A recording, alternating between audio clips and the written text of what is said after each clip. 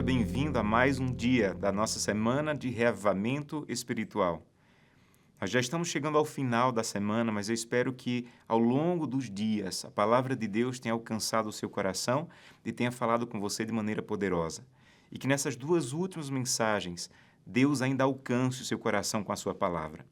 O título de hoje, Uma Vida Dedicada à Causa de Deus. E eu quero convidá-lo a abrir a Bíblia no livro de 2 Coríntios. O texto que vamos estudar hoje está em 2 Coríntios, capítulo 8, a partir do verso 1. Vamos ler juntos? Também, irmãos, vos fazemos conhecer a graça de Deus, concedida às igrejas da Macedônia. Porque, no meio de muitas provas, de tribulação, eles manifestaram uma abundante alegria, e a profunda pobreza deles superabundou em grande riqueza a sua generosidade.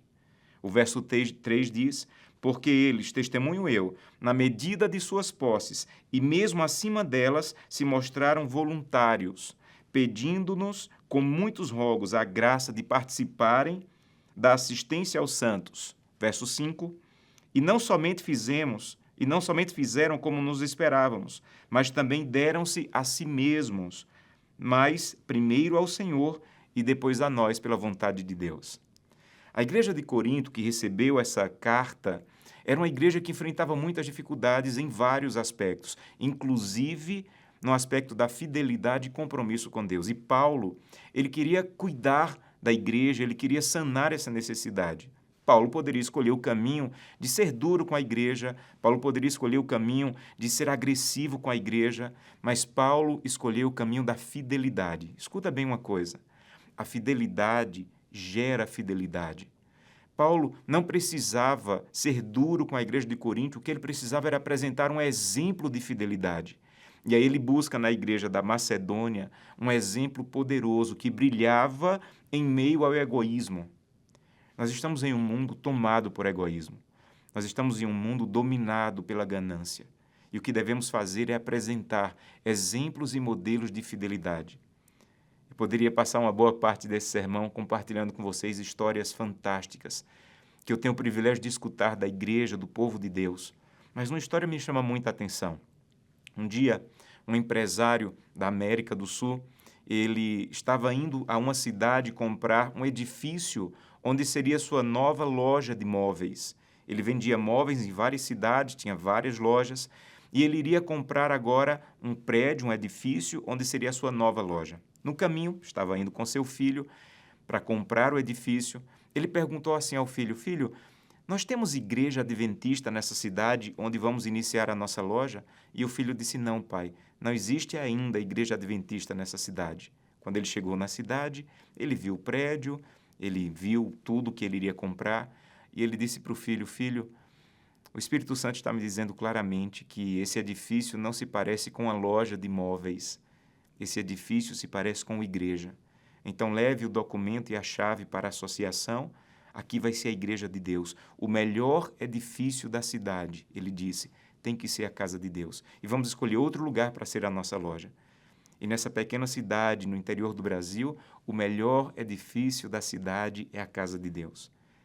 Ele já havia entregue seu dízimo e suas ofertas naquele mês, mas ele estava disponível a entregar completamente o que fosse necessário pela causa de Deus que ele amava. Essa é a história dos macedônios. Eles amavam tanto a causa de Deus, que eles decidiram entregar, e Paulo diz mais. A grande questão é que eles eram extremamente pobres, Paulo diz, mas não usaram isso como desculpa para não serem fiéis e comprometidos com a causa de Deus. E muitas vezes nós não somos comprometidos e procuramos desculpas. E não há desculpa, segundo Paulo, segundo a palavra de Deus. A segunda coisa que o texto nos ensina é que eles entregaram muito porque eles receberam a graça de Deus. Você entende? Uma pessoa que olha para a cruz do Calvário e entende o que aconteceu na cruz do Calvário, ela não vai ter nenhuma dificuldade de entregar o que venha a ser necessário para se envolver com a causa de Deus. Primeiro eles receberam a graça, para depois responderem à graça. Essa é a ordem correta da fidelidade. Primeiro eu olho para o que aconteceu na cruz do Calvário e entendo que o maior ofertante é Deus, que a maior oferta foi Jesus Cristo e que o maior ofertório foi o que aconteceu no Calvário. A terceira coisa que o texto bíblico diz é que a riqueza da generosidade deles. Veja, não era riqueza de valores, porque para Deus a grande questão não é o valor da minha oferta, mas a generosidade da minha oferta. Então, a verdadeira riqueza, segundo Paulo, não era a quantidade de dinheiro que eles doaram para a causa de Deus, não. A verdadeira riqueza dos macedônios era o tamanho da generosidade deles. Você pode achar que não tem muito, mas é a tua generosidade que importa para Deus. Essa é a verdadeira riqueza, segundo Paulo. E a Bíblia diz que eles, mesmo sendo pobres, entenderam a graça de Deus, deram de maneira generosa, mas a Bíblia diz, deram primeiro a si mesmos, porque o que Deus quer de verdade não são os teus recursos. O que Deus quer de verdade é o teu coração, para que Ele habite aí, para que Ele transforme, para que Ele tire o que não deveria estar e que te faça a semelhança do seu Filho e preparado para a Nova Jerusalém. Agora, você precisa entender que essa questão de entregar, ela não deve ser por impulso. Há uma citação no livro Conselhos sobre Mordomia, página 80, que diz que esse assunto de dádivas, de ofertas e dízimos, não deve ser entregue ao impulso, mas Deus determinou como deve ser essa entrega. Através dos dízimos e das ofertas, nós podemos seguir o parâmetro de Deus para essa entrega. Dízimo, a Bíblia já estabeleceu, é um percentual de 10% de todos os ingressos das minhas rendas. Aquilo que Deus coloca em minhas mãos, eu deveria reconhecer Deus aí através dos dízimos. Já as ofertas, biblicamente, elas têm alguns outros critérios. O primeiro critério da oferta, que você precisa entender de maneira muito clara, é que a oferta ela deve ser entregue com alegria. Esse princípio está em 2 Coríntios, capítulo 9, verso 7. É dizer, Santo Deus, coloca alegria no meu coração ao reconhecer a tua graça e ser fiel. O segundo princípio é que essa oferta não deve ser dada por constrangimento, por necessidade, mas por amor. Isso está em 1 Coríntios, capítulo 13. Todo o capítulo fala sobre isso. Então, eu devo entregar não por constrangimento, não por força ou por necessidade da igreja, mas como uma resposta de amor que Deus está entregando de maneira bondosa e cheia de misericórdia para mim. Agora, algumas coisas mais específicas sobre a oferta. O primeiro é que a oferta ela deve ser entregue de maneira sistemática, assim que Deus me dar as bênçãos. Isso está em Provérbios, capítulo 3, verso 9.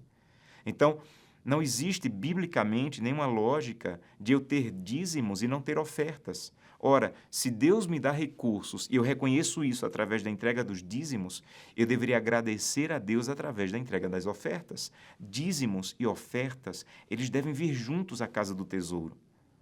Um outro princípio bíblico das ofertas está em Deuteronômio 16, verso 17. É que a oferta ela deve seguir um percentual. Porque na economia divina, o que vale não é a quantidade, mas é o percentual. E eu vou te explicar. Por exemplo, quando aquela viúva foi à igreja entregar as 2 moedinhas, você lembra? Uma história belíssima, descrita nos evangelhos. E a Bíblia diz que os homens que estavam entregando as ofertas estavam entregando muito dinheiro. E a viúva entregou 2 moedinhas, que era a menor moeda da economia judaica da época. E quando ela entregou as 2 moedas, Jesus falou assim, essa viúva pobre, observem ela entregou mais que todos os outros. Veja, pela matemática, o que Jesus estava falando não era verdade, porque os outros estavam entregando numericamente mais recurso. Mas pela proporção que é o critério de Deus, aí sim a viúva estava entregando mais, porque a proporção, a porcentagem dela era 100% do que ela tinha. Isso é lindo, isso é graça, porque só a graça de Deus consegue ver mais valor em 2 moedinhas do que em sacos de dinheiro que os homens estavam entregando. Você entende? Porque para Deus não é a quantidade, mas é a generosidade, a entrega, o sacrifício que envolve. Deixa eu contar um exemplo pessoal. Eu tenho 2 filhos e eu dou para eles uma mesada todos os meses. E eu os ensinei a separar dízimos e ofertas desse valor. O dízimo, eu disse, vocês não podem escolher o percentual, Deus escolheu 10%. A oferta, vocês vão escolher. E meus filhos decidiram entregar o mesmo percentual de oferta que entregam de dízimo. Então, eles entregam 10%.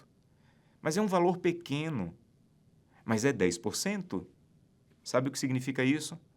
Que o valor pequeno dos meus filhos é mais diante de Deus do que alguém que entrega uma grande quantidade de dinheiro, mas é um percentual insignificante dos seus recursos. Então, alguém que entrega muito dinheiro, mas corresponde só a 1% da sua entrega, dos seus ingressos, está entregando menos diante de Deus do que os meus filhos que entregam um pequeno valor, mas é 10% do que eles ganham. Porque para Deus, repito, é a proporção. A matemática divina é baseada na graça da proporção, porque só a graça divina pode ver mais valor na pequena oferta dos meus filhos do que num grande valor que alguém entrega. Pode ser que na tesouraria da igreja a pessoa louvada seja aquela que entrega um grande valor, mas na tesouraria do céu a pessoa louvada é aquela que faz como a viúva e que entrega mesmo com sacrifício, mesmo que seja um valor pequeno, uma entrega proporcional que envolva sacrifício. Sabem, a oferta também deve ser planejada e esse princípio está em 1 Coríntios, capítulo 16, verso 2. Você não pode simplesmente ir à igreja, abrir a carteira e o valor que sair ali é a sua oferta. A oferta, ela deve ser planejada. Em outras palavras, você tem que olhar para trás e ver quanto Deus te abençoou para poder saber como eu vou escolher o meu percentual de ofertas. Dízimo e oferta é uma resposta, é uma entrega ao que Deus já me entregou.